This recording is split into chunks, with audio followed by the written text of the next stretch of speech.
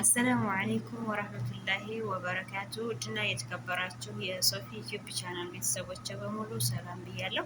በያላችሁበት የዓለም ዳርቻ ሰላማችሁ ብዝት ብዝት ይበልልኝ። ውድ የስደት እህት ወንድሞቼ የተሰደዳችሁበትን አላማ አላህ ሱብሃነሁ ወተዓላ አሳክቶላችሁ አሳክቶልን በሰላም ወጥተን እንዲሁ በሰላም ደግሞ ለሀገራችን የምንመለሳለን አድርገን ወጥቶ ከመቅረትም አላህ ይጠብቀን።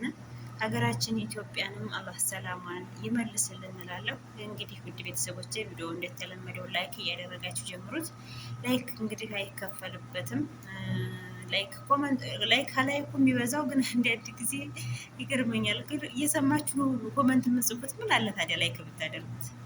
ወላሂ 50 ኮመንት 10 ላይክ እሺ ሀዛ ሀረካት የወይልኩም ላይክ አድርጉ ማለት ነው። ቤተሰብ የሆናችሁ ደግሞ ሰብስክራይብ እያደረጋችሁ አበረታቱን። ጥሩነት በጎነት ለራስ ነው፣ ክብርን አይቀንስም እላለሁ። እንሻላ እንግዲህ ዛሬ የመጣሁበት አይዲያዬ ስለ ራሴ ቢሆንም ደግሞ መልስ ከእናንተ ነው የምፈልገው።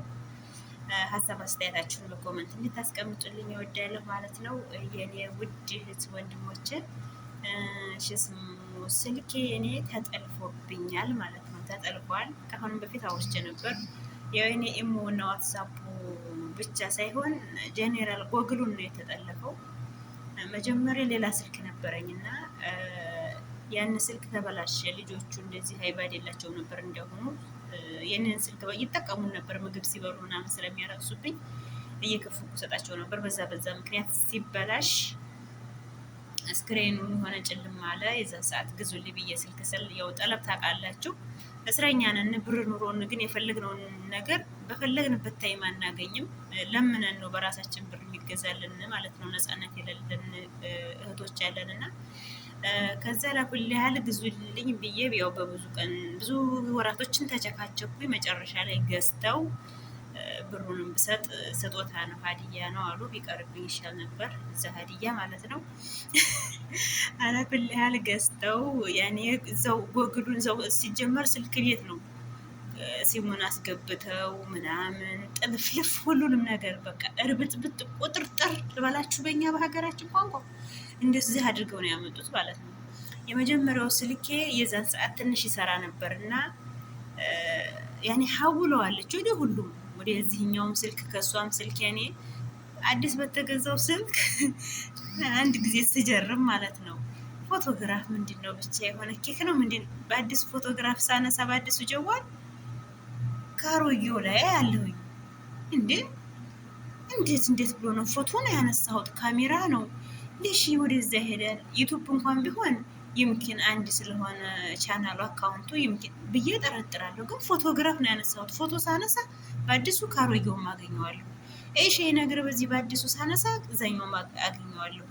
ያኔ ሎኬሽን ሳይቀር ነው ያኔ ኮኔክት ያደረገችው ሁሉም ጋር ማለት ነው። በቃ የእሷም ስልክ ጋር ልጆቹን ማክባር እንደዚህ ስጠይቅ ምንድነው የተናል ከእናቴ ስልክ ምናምን ሲሉ በቃ ሁሉም ነገር ገባኝ።